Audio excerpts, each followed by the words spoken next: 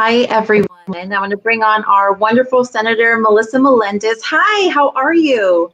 I'm wonderful. How are you? I hope I'm a minute late. Sorry about that. Oh, no, you're fine. Um, I was just jumping on myself, so we're Okay, right great. on time. We just allow a few people to jump on here before we really get started, anyways. So, well, first of all, thank you so much for joining me. I know how incredibly busy your schedule is, as the legislature is really crunched for time to take care of business in terms of the budget. But first of all, I want to congratulate you because you're no longer Assemblywoman Melissa Melendez. You are Senator Melissa Melendez. That's right. That's right. We had a very nice election night on May 12th and very good results. We're very pleased with that. Actually did a lot better, I think, than a lot of people were expecting. So, although it's Right, been a bit unorthodox in how we've been doing business right. since we got back because, we haven't had regular floor session and we've had some committee hearings and now with the protests that has, pushed things back. So it's an interesting time to live in. You are going to, when you come in, things should have calmed down by then. So that's something to look Yeah. forward to. Hopefully so. I do want to talk about this weekend and the protests that we've seen across the nation, really, and really globally as well. It's such a surreal time. But before I get into that, I want to talk a little bit about your win because your win took place also on the same night that we here in Assembly District 38, which overlaps with the 25th congressional district. We had a big win for our community too in electing Mike Garcia. And we kind of saw his win. We knew he was going to win, but like you, we didn't realize how much of a blowout it was going to be. And we kind of looked at that as a referendum on, the bad California policy and the imbalance in Sacramento and what's going on here at home. How was your campaign one affected you've ran multiple campaigns, but this campaign was different, not just because it was a special election, just the circumstances. Why do you think that you were elected so overwhelmingly, and what was different this election versus all of your other elections? Well, this district is much different than my assembly district because my assembly district really is largely Republican. Republican registration, certainly overcomes the Democrat registration in the assembly district. In the Senate district, it's about a 50-50 split. So it was different territory for me to navigate. But, I figured I won doing what I was doing and stating the things that I believe in, and I didn't see any reason to change that. So it didn't alter, my stance or my positions on anything. I just let people know who I was, and they had to make the decision. And overwhelmingly, as you saw, it was nearly 11% advantage that I had in winning. That people said, "This is what we want," because I think more and more Californians are starting to look at the policies and saying, these policies aren't helping me. My life isn't getting better, and we don't really want more of what's going on in Sacramento because there are a lot of Democrats and no party preference voters who, maybe differ with me on certain areas, but when it comes to finances, I think we're more in line than some would like to believe. So that's Right. what we saw in the campaign, and that's just how we ran it. Of course, very unorthodox campaign because, halfway through it, we couldn't engage with voters anymore from a face-to-face perspective. So you had to get very creative. We did, teletown halls. We did a lot of social media outreach. And as you know, I've been doing Facebook Live videos for a very long time. And so I was lucky that I built my following up over the past few years really of doing these Facebook Live videos. And so I already had the people who were paying attention. And not everybody agrees with me, by the way, those who watch the videos, but they want the information. They're Right. eager for the information, which they're not getting from the media. So we continued to do that. And I think that was very helpful. So I would say to anyone running a campaign right now, really, people want information. They just want you to give it to them, be honest. You can editorialize, of course, they want to know your stance on it, but just being respectful and giving people a platform to say how they feel and to be educated on what's taking place. That is, I mean, people, that's all they want. It's funny how Right. many people running for office forget that it's not just about them and their campaign, it's about the people you wish to represent. Right. So, which is, something that I think I've kind of enjoyed during this virtual campaign that we've been doing is I've just been able to connect with voters and connect with my community in terms of offering resources. I mean, we've had these Facebook Lives. We've talked about, IEPs and how do parents navigate IEPs, individual education plan, when their child is at home and the resources and routine that they're used to doesn't exist right now. So everything from, how does a small business get PPP? And it's kind of who I am. I come from the nonprofit world, and in early education and special needs has been my passion.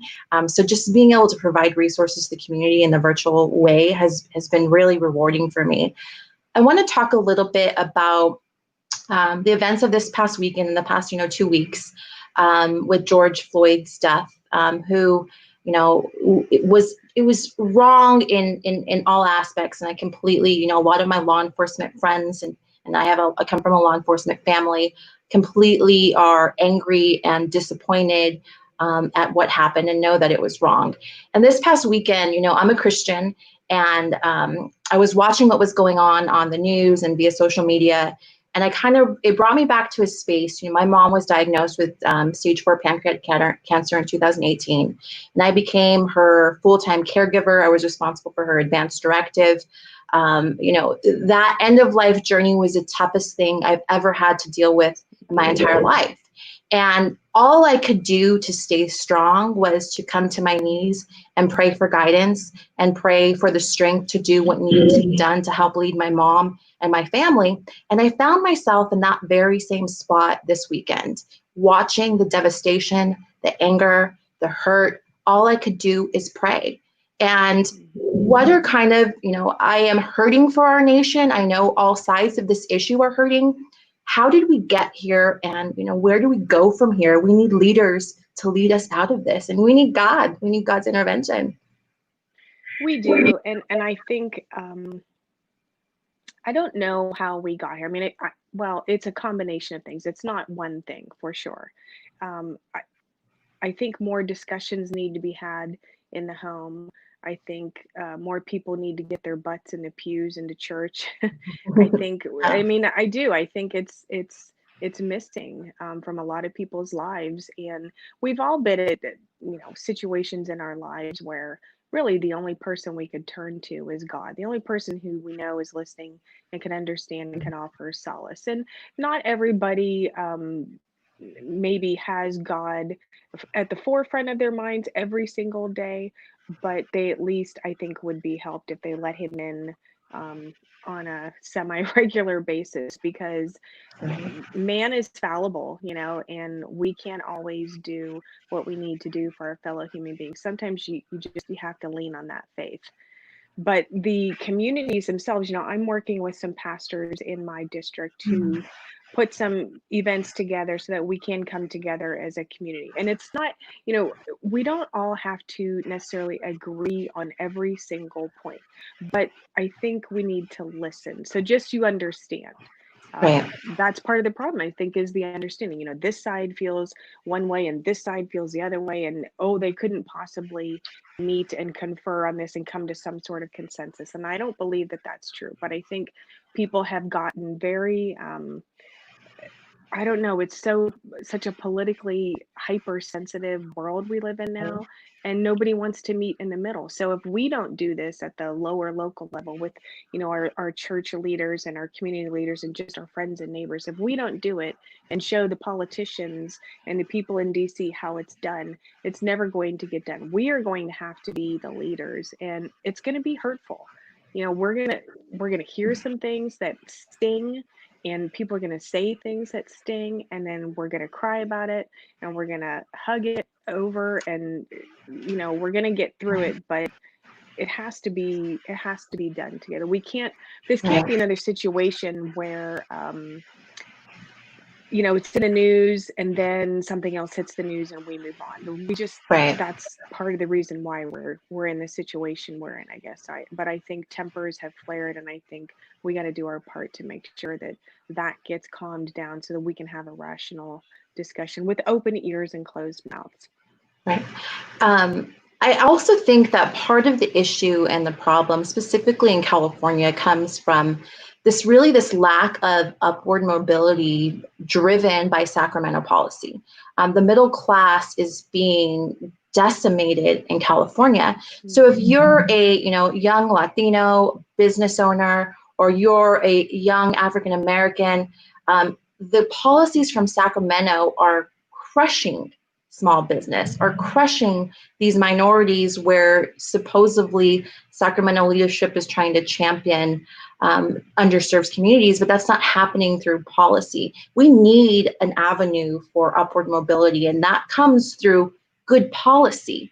When I decided to get into this assembly race, it was because of my daughter. My husband and I want to raise Charlotte in California. My family's been here for 100 years on my dad's side, yet my brother-in-law had to move his family to Texas because he can't afford to live here. My brother moved to Virginia. It was supposed to be temporary. He can't afford to come home. I want to stay here, but the cost of living is just so high for so many. Housing is not affordable. All of these issues are stemming from failed leadership, majority party leadership in Sacramento. You've been in the legislature since 2008, trying to fight for the middle class. Why are we where we're at again when it comes? Well, that's a big question. This is a state like no other. We're the largest state. And we have the largest problems, I think. Now, I got elected to city council in 2008. I got elected to the assembly in 2012, and then the Senate just this year. So I've had the local, lower level experience, and then the legislative experience. And I can tell you, you are right. It is the policies that are keeping people from being able to get out of whatever cycle they're in, or just do better than their parents did. And I have 5 kids myself, and I wonder, will they be able to stay in California? One has already left, though he's in the Navy, so that comes with the territory. But the other 4, one college student. I will do that. The other 4, I have 1 college student, the other 3 in high school, and you do wonder as a parent, will they have to move away, or they're going to have to live with me forever? God help me. I love them, but a lot of parents and there's a lot of, adults, young adults, who are having to move back home. So when we're looking at the policies of Sacramento, they oftentimes want to talk about, how they are helping the communities of color, but the policies just don't. It really does. They really have 2 choices: either stay on some sort of government assistance or move out of the state. They never seem to be able to get to that next point, and that's very frustrating for them. And I will tell you, from a political perspective, just I think yesterday or the day before, the head of the Air Resources Board, she put out a tweet that compared George Floyd's death to that of fighting for environmental justice. This is the type of attitude that we are dealing with. It is cult-like. It is, they can't see past their own noses. And to think that you could compare those 2 is, I'm shocked by very little, but that made my jaw drop. And so that's the type of attitude we're dealing with. So when voters continue to put people like this into office, then we get the same results. But it's our job, as Republicans, to communicate why our policies are going to make their lives better, not just talk about, the standard talking points of the party, but because people don't really care about that. They just want to know how it affects them. We are all, as human beings, kind of innately selfish. We just want to know, what effect does it have on our lives, on my bank account, on my family? And that's what, as Republicans, we really need to speak to. Forget about all that other stuff. Just start talking like a real person, because every legislator is, they're a mom, a dad, a son, daughter. They have issues too. These aren't perfect people, far from it, in fact. And if we just would all talk to people like you would talk to your friends and your neighbors, I think the communication would certainly improve. So we know that, and I've had to even wrap my mind around this as a candidate, hoping that, the voters pick me to represent them come this November. But the race that I'm now in and the job that I have now applied for is very different than when I originally signed up. I mean, I am not going to have the record high surpluses and record low unemployment. It's going to be quite the opposite. You've actually, governed while at the city level during the recession, the 2008, 2009 recession. So you have a little bit of experience here. I'm also a small business person. I have a small preschool, and the way that most businesses do budgets is, come September, October, you assess your revenue, you start developing your budget. If you have boards, you get those passed, October, November, it's implemented. California's budget does not work like that. It works very different than that. And for the people that are watching that, have no clue on how California's budget works, how, in a very simplified way, if that can even be done, how does the budget work? There is no simple way to describe how our budget works. That is for sure. I mean, it is the most dysfunctional system I think I've ever seen. We have the budget comes through, we have the May revise, the governor says what he wants to spend money on, then the legislature says, well, this is what we want to spend money on. You have to meet and confer and come to some sort of agreement. And then you have trailer bills that come along that are, trailer bills, meaning they trail along after the budget. These are the bills that implement the funding for some of the policies that have been passed. But oftentimes what we see are trailer bills that are implementing policy. That's not the way it's supposed to happen. But again, when you have a one-party ruled state, anything goes, right? So we, when I first got to the legislature, we implemented the rainy day fund. Thank goodness. We have a good amount of money in there. It's not enough to get us through what we're going through right now, but thank goodness, we have it. The problem though with Sacramento is we're luckily, not lucky, I guess that's a bad way to describe it, but we are in a position now where we must make cuts to our budget. And in some respects, that is a good thing because there are some areas that certainly could stand to get a haircut. The problem is the areas that they're trying to cut don't necessarily make sense. I will give you an example. I have some notes here. There's just a few I'm going to go over. The May revision, which is basically redoing the budget that was originally proposed. The governor wants to have another slush fund. Okay, so the May revision proposes that the legislature delegates to our governor even more authority than he has for spending to the tune of another $2.9 billion. Okay, billion dollars, $2.9 billion. So when you think about what happened with the budget, just for instance, we gave him the authority in good faith, right? And we said, we're going to trust you. Do not let us down. And that was from Democrat and Republican legislators. And then he went and did some sort of deal to buy masks for $1 billion. And guess what? That deal fell through. The masks failed their inspection twice now. So we're not going to get those masks. Wow. It was a secret deal. He didn't tell the legislature about it. He wouldn't let us see the contract, nothing, because it was so sensitive. Now, I will tell you, I was in the military. I was in naval intelligence. I had a top secret security clearance. I know what sensitive information is, and that mask deal is not one of them. So they want to cut funding for a veterans home. A veterans home. Okay, this is a home where where people go, they have medical needs, they have a whole host of needs, and they need to be in this home. These are people that are have nowhere else to go. And by the way, they've paid into it with their service to their country.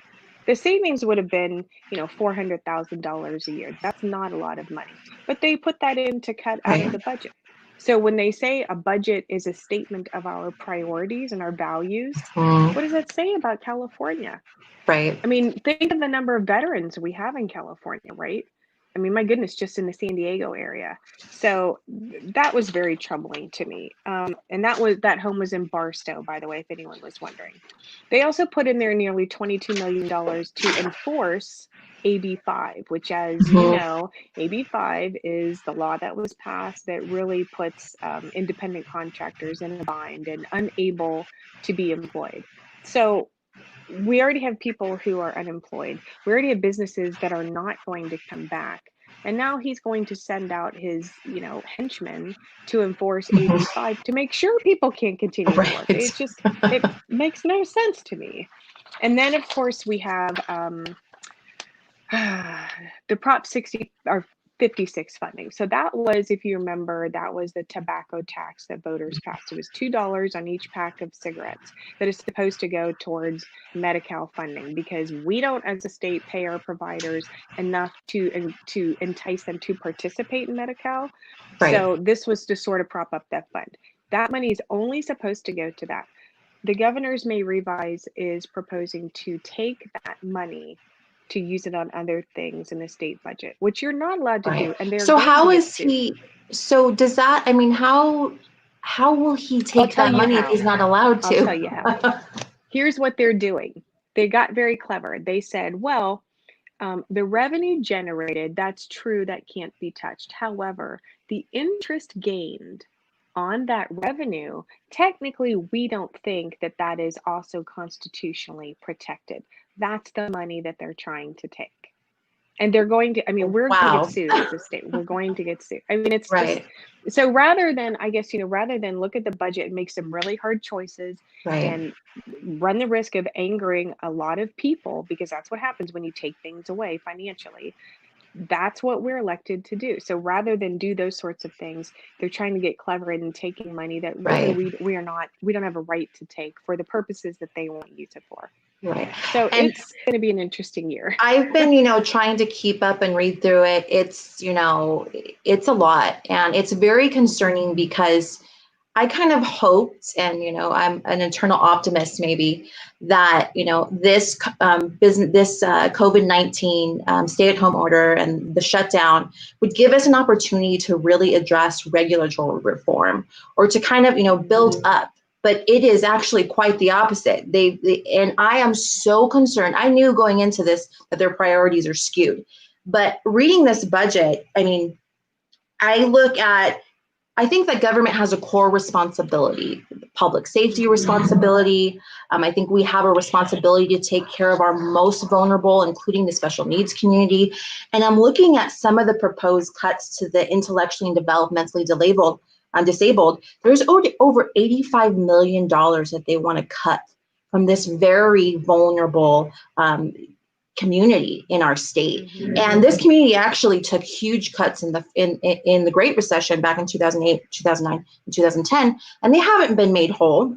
And I don't even know that you can say that they're making do, yet we're spending, even in this budget, over $65 million on immigration legal service fees. I mean, while I support our immigrant population, this is a huge issue for me. These are our most vulnerable citizens in California. How do they not see? I know I'm probably just preaching to the choir here, but priorities are backwards. Yet, why can't we move funding from the bullet train, the high-speed rail, Melissa, Senator? Did I lose you? Uh-oh. I may have lost the senator. Well, we are really digging into just, how crazy and how out of focus this budget is. And I am extremely concerned. The other thing that really concerns me, and if the senator jumps back on, we only have a few more minutes here, is that a lot of what is being proposed actually is contingent upon federal funding. So there is trigger cuts that, oh, here we go. I think we got it back. Hi. Sorry about that. I don't know what happened. That's okay. I just exited out and came back in. So I could hear you, but you couldn't hear me. Oh, okay. Well, yeah. The high-speed rail, funding that can be redirected in the time where we need it most, as well as some of these trigger cuts that are dependent on federal funding. Well, we don't know if we're going to get federal funding. How do we operate we don't maybe funds? Right. Well, and that's the weird thing about this budget is the governor is kind of basing it, well, in the legislature to a large extent is basing it on if we get this federal funding. But there's no guarantee we're going to get. Maybe we'll get some of it. Maybe we'll get none of it. I think that's probably not likely, but I don't think we're going to get all of it because, as you probably know, California and some of the Western states banded together and asked for $3 trillion. Yeah. $3 trillion. I mean, come on, like that, talk about a pipe dream, Right. I mean, I know they say ask for more than what you need, but good Lord, that's next level. That's like a really high level negotiation tactic there. So we have a lot of areas where we could make some cuts. The high-speed rail certainly is one of them. Let's redirect some of that funding because we need the funding now, and we don't have a train right now. And Right. I'm telling you, as sure as I sit here before you, we are never going to have that train. Never, ever, ever. So let's just be big boys and girls about this and admit it and move forward because it's money wasted. It really is. I mean, Right. you think about the people who need assistance, whether it's our small businesses or, like you said, the developmentally disabled community. All these people need help like today, yesterday. Right. So, and with the developmentally disabled community, honestly, every year that I've been in the legislature, we have had this battle over funding them. They have to fight tooth and nail every single budget cycle just to get the bare minimum. Yeah. And they're always used as a bargaining chip, and it's so heartbreaking to watch them because their lives are already more stressful than ours. They're just asking to help get by on a basic level. Right. And somehow they're always used as an emotional bargaining chip. And it's really disappointing when you have so many other areas of the budget that can be cut. I mean, the state is planning on building a new park at a time like this. Okay, when we have a $54 billion shortfall in the budget, they want to build a new park. I mean, is this the time to do that? It's crazy talk. It's just, I don't know. Maybe I should check the air ducts in the Capitol, see what's getting piped in there. I don't know what's going on. And I mean, even in previous budgets where we had surpluses, we were building dog parks and paying for parking lots, and we never made art our structures. We never made our special intellectual and developmentally disabled community whole. I mean, the priorities. I just. Which brings me to a few questions that were submitted on Facebook and Twitter, or actually Instagram previously. We are lacking balance in Sacramento. And if we could get to a point where there's just some balance, right? How do we do that as Republicans, and how do we bring balance to Sacramento?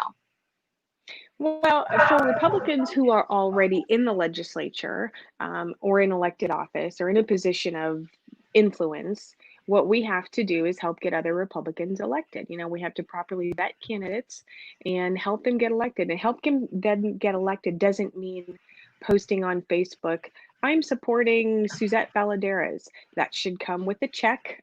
If you are able, right, as an elected official, I can give more because I have campaign funds than the average person can. But the average person, if they're concerned about their livelihood, they can give too. They can give $20 or $10. I mean, I get small donations all the time. It all adds up. Money's money. But the only way you win a campaign is by making sure that you can get your message to the voters. In order to get your message to the voters, it costs money, right? Whether that's paying for ads on social media or sending them a piece of mail or even paying for a teletown hall, that costs money. It's not free. And I think people just, they're thinking signs and they're thinking paying campaign people, but there's so many other things. And as Republicans, we have to make sure that we are supporting our candidates. And then for those who aren't in office, you got to do your part too. People don't get magically elected. And just talking about it on social media is one thing, but you got to translate that into action. And action means getting out there and campaigning, making the phone calls for the person, going door to door, donating, all of those things, because I guarantee you the Democratic Party is doing all of those things times 10. And that's why we get whooped in a lot of these races. And I hope, given what happened May 12th with Mike Garcia and myself, that maybe we are starting to see the tide turn a bit. I'm praying that that's the case, because I keep hearing from people that they're fed up, and I hear that from my Democrat constituents, and I'm hoping that translates into changing and how people vote. But Republicans really have to get energized and motivated and not take no for an answer. Get in there and get it done. Right. I'm glad that you bring that up, because if anybody would like to donate to my campaign, you can go to SuzetteValadares.com to help me out. And I come, again, like I mentioned this, I come from the nonprofit world, and, working for Autism Speaks and early childhood education. And I've always had that mentality. You can have the best message. You can be the best candidate. You could have figured out the cure to cancer, but unless you have the money to invest into that cure, or to get the message out, or to do the steps, it doesn't matter. So if you want to make a difference, you have to get involved, and you have to get involved financially at any level. I mean, you're right. I do get some of those $5, $10. It's just because people want to support, but it's all that they can afford, and that helps. It adds up.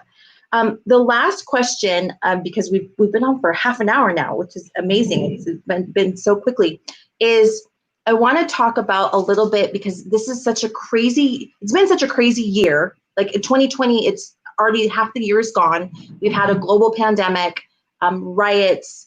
It's been a very bizarre time. But we also have the census coming up. And I think that maybe a lot of people don't realize that that's happening now as we speak. Why is the census so important, and how are you getting that message out into the community? Well, I did my census, weeks ago. I mean, probably a month ago, I think. And it was so simple. You do it online. It literally took 5 minutes. And I was a little surprised at the small number of questions that they asked compared to prior census from that I've participated in.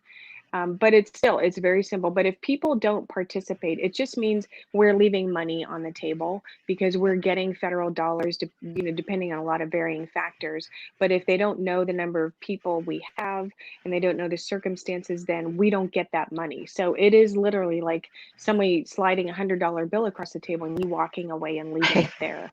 So it's important. It's painless.